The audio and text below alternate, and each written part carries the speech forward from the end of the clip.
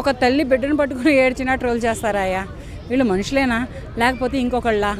అది కాదు, ఆ తల్లి అంత బిడ్డను కోల్పోయి దేశానికి ఒక రక్షకుని ఇచ్చి దేశం మన ప్రాణాలు కాపాడాడు. మన ఇళ్ళ మీదకి, మన పిల్లల మీదకి, మన వాళ్ళ మీదకి రాకుండా తన ప్రాణాలను అడ్డం వేసి కాపాడినటువంటి ఒక సోల్జర్.